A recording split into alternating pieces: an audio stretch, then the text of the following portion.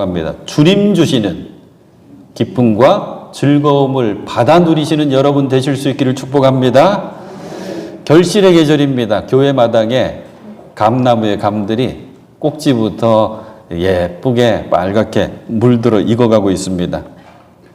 저는 생각해 봅니다. 주님 주시는 즐거움과 기쁨의 삶을 살게 되면 반드시 좋은 열매가 맺혀지겠다. 아름다운 열매가 맺혀지겠다. 오늘 말씀은 우리들이 너무나도 잘 아는 말씀이죠. 씨 뿌리는 비유. 비유로 예수님께서 설교를 많이 해주셨는데 특별히 씨 뿌리는 비유로 말씀을 해주십니다. 먼저 한번 생각해 볼까요? 씨앗. 씨앗이 무엇인지 생각해 보려고 말씀을 봤더니 친절하게도 마태복음에는 왜 비유로 말씀하시는지를 알려주시고 그 다음에는 말씀을 다 풀이해 주십니다.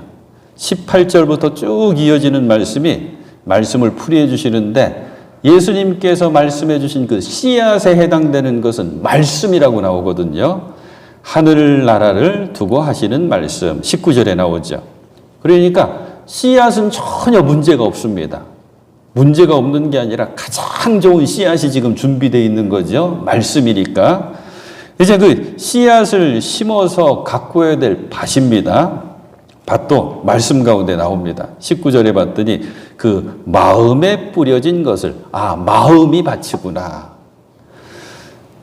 그러고 나니까 생각나요. 농사를 한평생 지은 권사님이 해주시는 말씀. 목사님, 씨앗이 참 중요하죠. 좋은 씨앗, 좋은 묘목 고르는 거 중요합니다. 못지않게 중요한 게 밭이 좋아야 됩니다. 흙이 좋아야 됩니다. 그래야지 좋은 결실을 얻을 수가 있습니다. 제가 존경하는 목사님, 제가 부목사 시절에 섬기면서 훈련 받으면서 배우면서 있었던 그 목사님은 예배 때마다 늘 이 기도를 하셨어요. 처음엔 뭐라고 기도하시냐면 말씀이 사랑하는 성도들의 마음에 잘 박힌 못이 되게 하여 주시옵소서. 이 기도를 목회 기도 때 늘 하셨어요. 그리고 꼭 이어서 이 기도를 하십니다. 주여, 우리 성도들의 마음의 밭이 잘 갈려진 밭이 되게 하여 주시옵소서. 그래서 우리 성도들의 마음의 밭이 그 마음의 밭에 말씀의 씨앗이 떨어졌을 때 열매 맺을 수 있는 옥토, 잘 갈려진 밭이 되게 하여 주시옵소서. 정말 한 주도 빠짐없이 늘 이 기도를 하셨거든요. 저도 소망하고 기도합니다.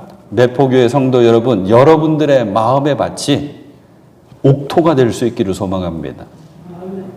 좋은 밭이 될 수 있기를 소망합니다. 말씀 씨앗이 떨어져서 30배, 60배, 100배의 열매가 맺혀지는 잘 갈려진 밭이 될 수 있기를 소망합니다. 그래서 오늘은 우리 마음의 밭을 어떻게 하면 옥토, 좋은 밭으로 만들 수 있을까? 오늘 말씀을 통해서 함께 그 은혜를 나누고자 합니다. 누구나 다 소원을 품고 살죠. 이게 이루어졌으면 좋겠다.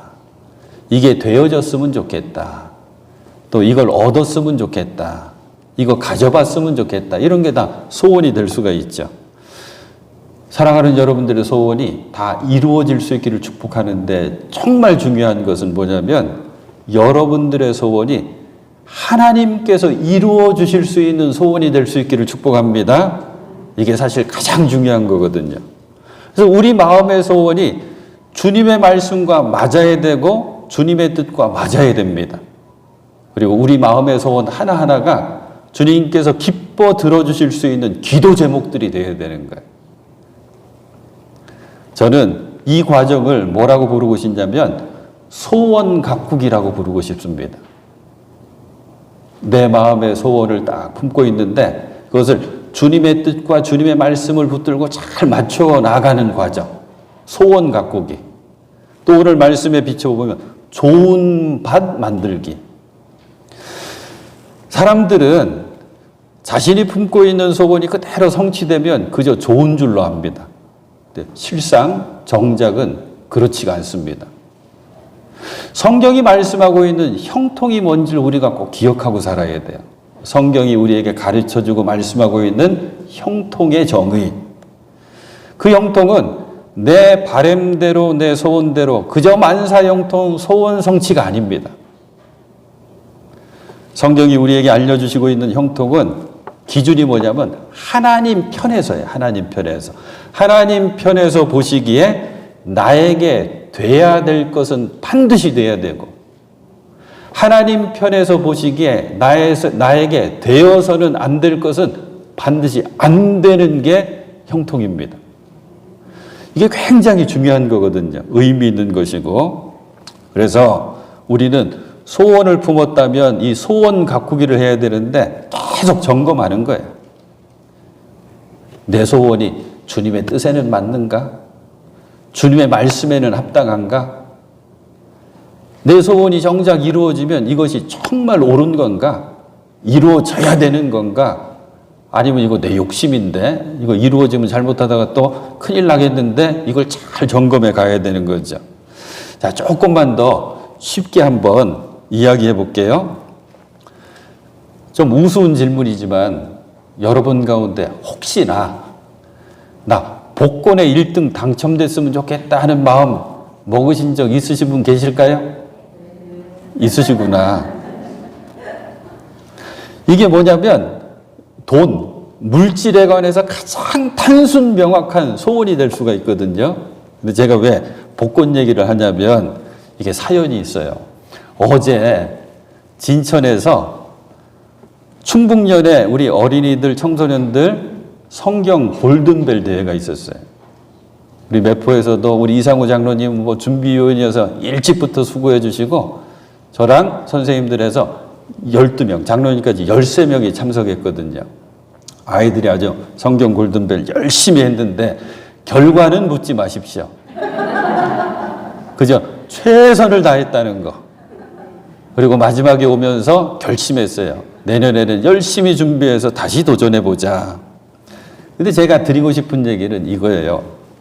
진천을 향해서 막 가는데 이제 고속도로 빠져나와가지고 뭐 가게들이 있는 일반 국도를 막 지나가는데 한 녀석이 갑자기 선생님한테 질문을 하는 거예요. 왜 그러면 저도 얼핏 운전하면서 봤어요. 가게 중에 하나가 편의점인데 복권 뭐 당첨 뭐 이런 걸 크게 써붙였어요. 그러니까 이 녀석이 선생님한테 이렇게 질문하더라고요. 선생님, 로또 복권에 1등이 당첨이 되면 가족들한테 알려주실 거예요? 아니면 몰래 혼자 알고 계실 거예요? 그러더라고. 그러니까 질문을 받은 선생님이 당황하면서 심오한 질문인다면서 이제 이야기를 막 나눴단 말이에요. 저한테도 물어보더라고. 액수도 구체적으로도 액수도 정해줬어요. 액수가 얼마 정도 될까요? 이 친구가 1등 당첨액, 생각한 1등 당첨액, 비밀. 배포도 커요. 아주 크게 불렀더라고. 자, 어떤 의미인지 아시겠죠? 여러분도 한번 스스로 한번 질문해 보는 거예요. 그래, 복권이 당첨 내가 됐어. 그럼 내가 알려줄까? 아니면 알려주지 말고 비밀로 하면서 나 혼자 쓸까? 아이들이 아는 거예요, 아이들이. 이거는 나 혼자 쓰는 게 아니다. 더불어 함께 그리고 나누고 섬겨야 될 일이다 아는 거예요. 욕심 부리면 안 되지 이걸 아는 거예요.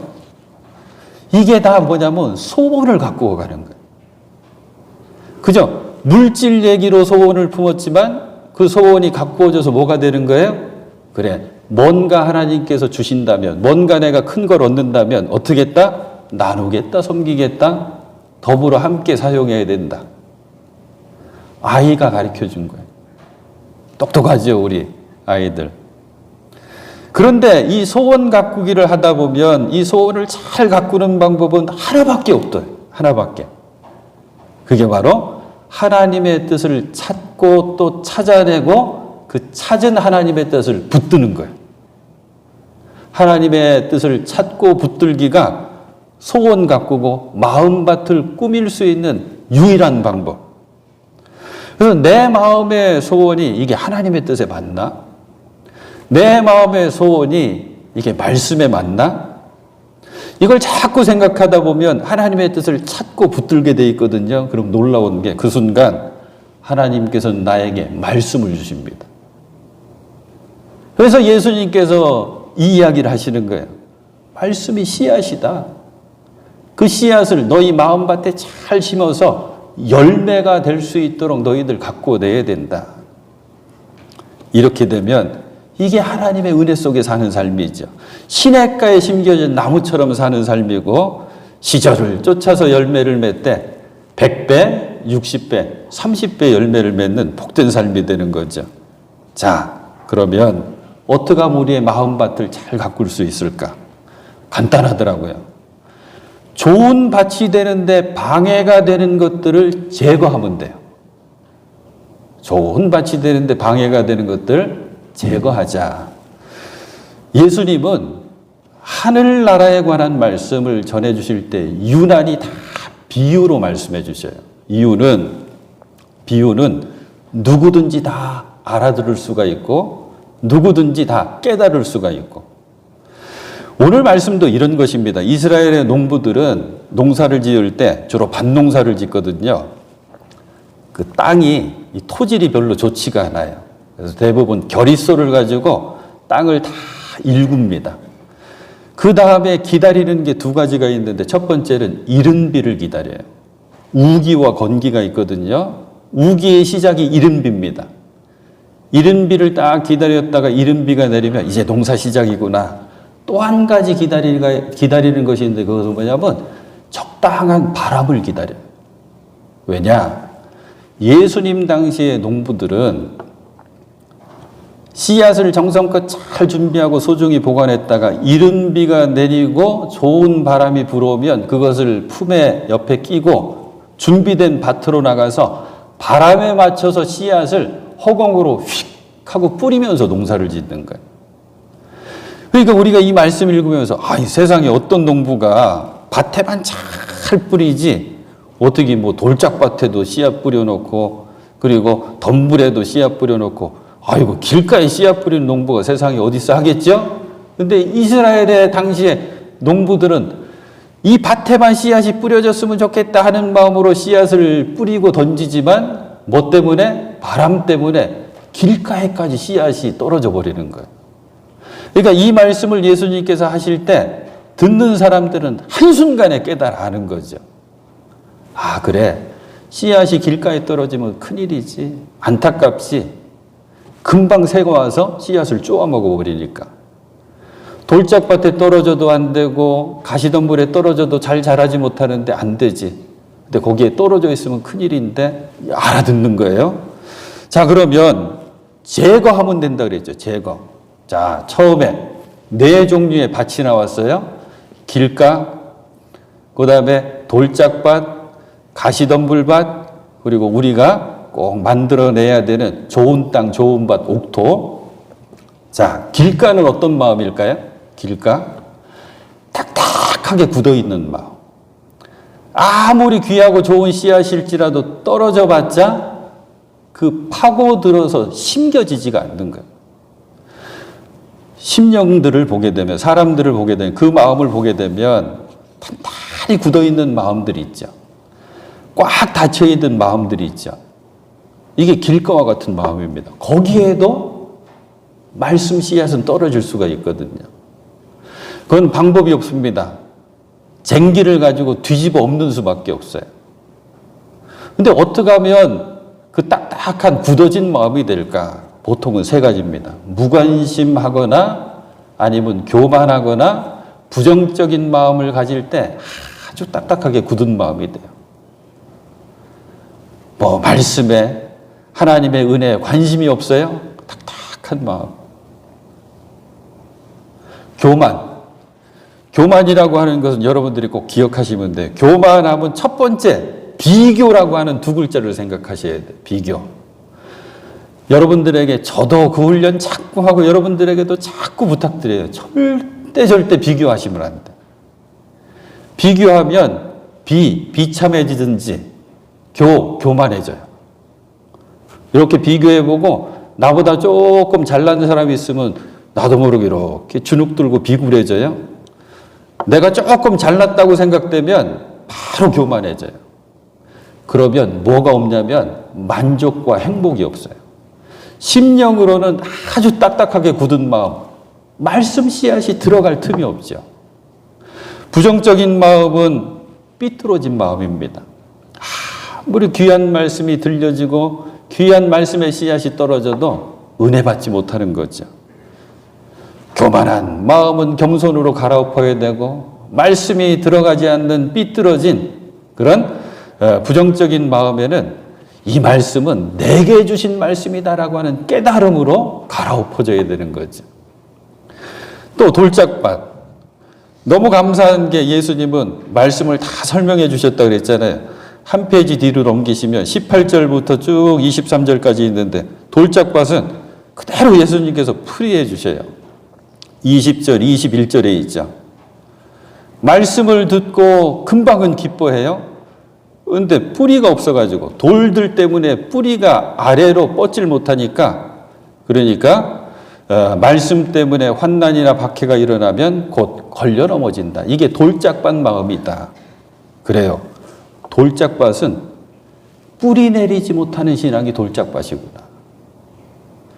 또 같이 이야기가 나오는 그 가시덤불로 꽉 찬 밭은 모양은 그럴듯하게 뿌리 내리고 자라봤지만 가시덤불이 성장을 막으니까 위로 올라가질 못하는 거예요. 자, 가시덤불 이야기는 22절에 나오죠. 가시덤불 속에 뿌린 씨는 이런 사람이다. 그는 말씀을 듣기는 하지만, 말씀을 잘 들었어요. 말씀의 씨앗이 심겨졌어요. 하지만 세상의 염려와 재물의 유혹이 말씀을 막아버려서 열매를 맺지 못한다. 사랑하는 여러분,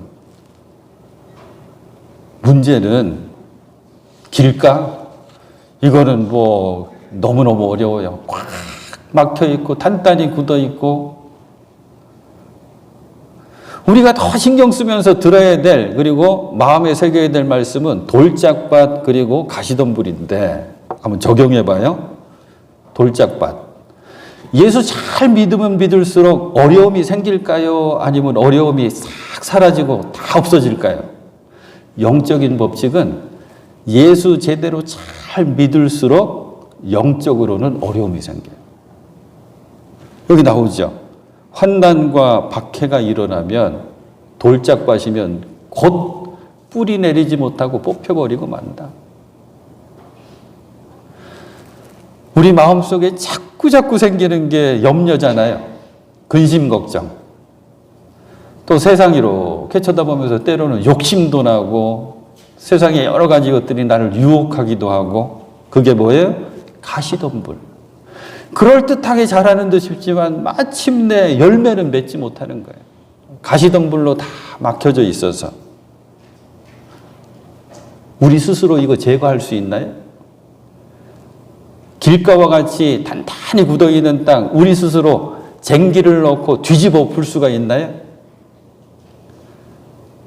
환난과 핍박, 박해가 있어서 자꾸 내 마음이 흔들리는데도 끝까지 인내하면서 믿음을 끝까지 지켜낼 자신 우리들 있나요?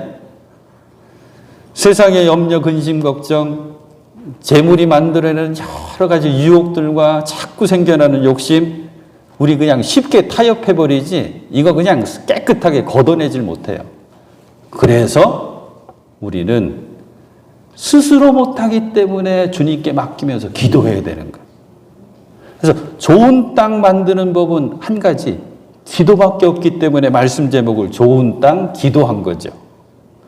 결국 우리들의 기도는 우리들의 마음의 밭을 잘 기경하는, 때로는 작은 돌들 꺼내는 호미가 돼야 되고, 조금 큰 돌들 캐내야 되는 곡괭이가 돼야 되고, 그리고 때로는 가시덤불 싹 걷어버릴 삽이 돼야 되고, 아주 굳어있는 마음의 밭을 뒤집어 갈아엎어야 되는 쟁기가 돼야 되는 거예요. 그래서 우리들의 기도 가운데 이 기도를 놓치면 안 돼요. 주님, 이것 주십시오, 저것 주십시오.